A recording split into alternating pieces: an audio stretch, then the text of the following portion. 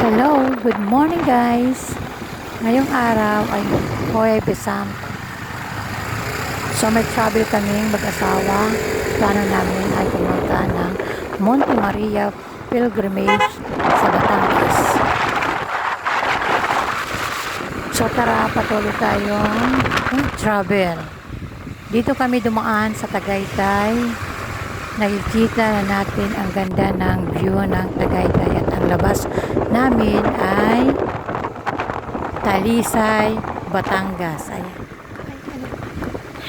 So madilim pa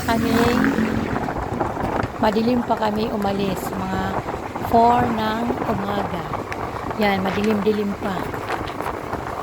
Madilim-dilim pa ang kalsada. Yan, tingnan natin. So, madilim pa ang kalsada. Okay, mayat maya, ayan, unti-unti nang lumiliwanag. Yan, makikita na natin. Wow, ang ganda ng view. So, unti-unti na natin makikita ang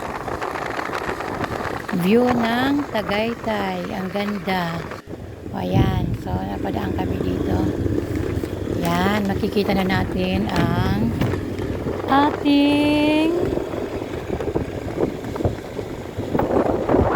pinakamaliit na Bulkang Taal.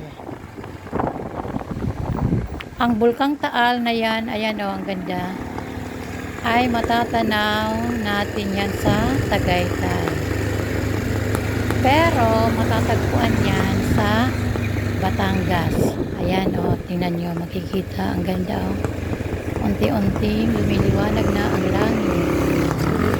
Ang lamig ng Tagaytay. So, yung part na yan dyan ay sobrang lamig. Na-enjoy ko pa yung lamig.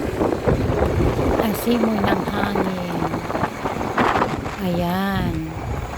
So, super lamig talaga yan dyan. Ayan o, ayan, maliwanag na. Maliwanag na ang langit.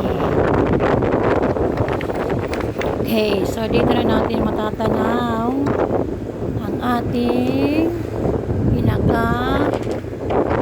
aantay natin. Ayan. Travel muna.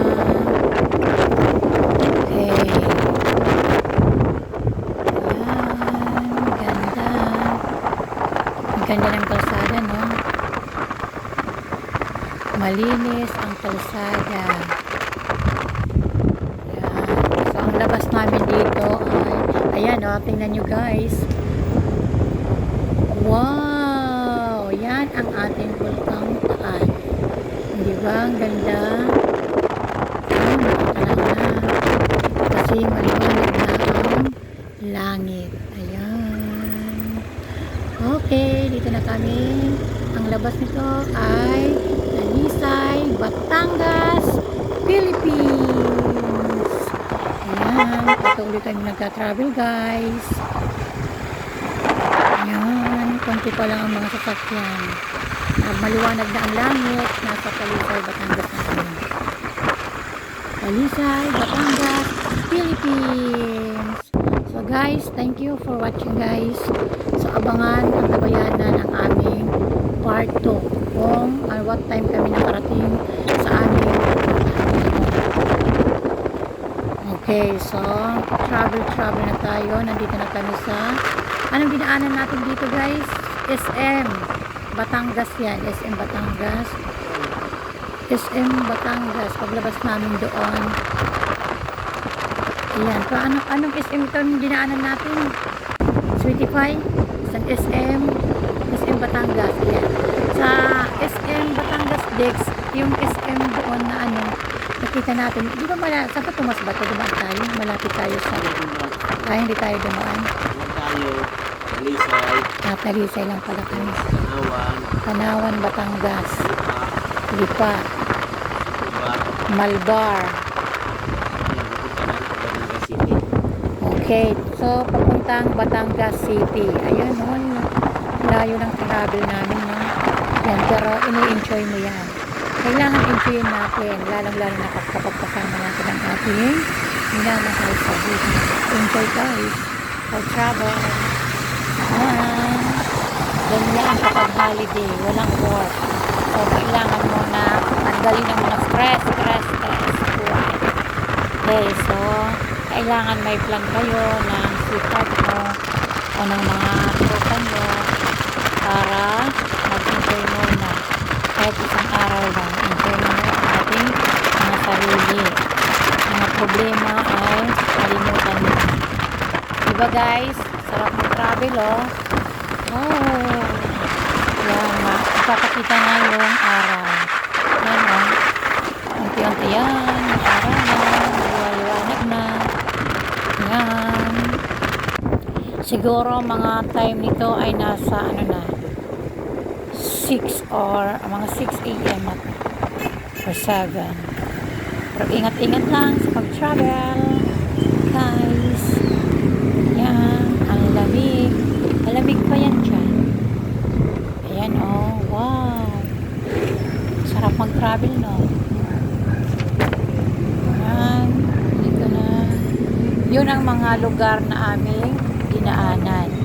So parang ang mangyayari dito ay parang iikutin namin ang Batangas. Sana all. Maikot namin. Kayanin ng aming motor. Sana kayanin ng aming motor. Walang aberya. So ingat-ingat lang kami. Ayan na yung SM. Ayan na, matatanaw na natin yung SM. Oo. Ayan oh. Di ba? SM City. Hindi ko makita eh kasi ayan oh, tinataas ko lang dyan yung cellphone ko. Anong SM Lipa o Batangas? SM City, SM Batangas. SM City Batangas. Ayan. Oh, sarap mag-travel no? Okay guys, ayan. Ingat-ingat lang tayo sa travel. Kasi ayan, sa bayan na. Kailangan kapag travel ay sinasamahan ng dasal para iwas disgrasya. Gabayan tayo ni Papa Jesus sa ating pag-travel. Ayan. Nakaka-enjoy, no? Ayan. So, ayon sa ating obserbasyon ng mga kasabayan namin na mga motor, single ay kasama nila ang kanilang mga partner, yung mga angkas na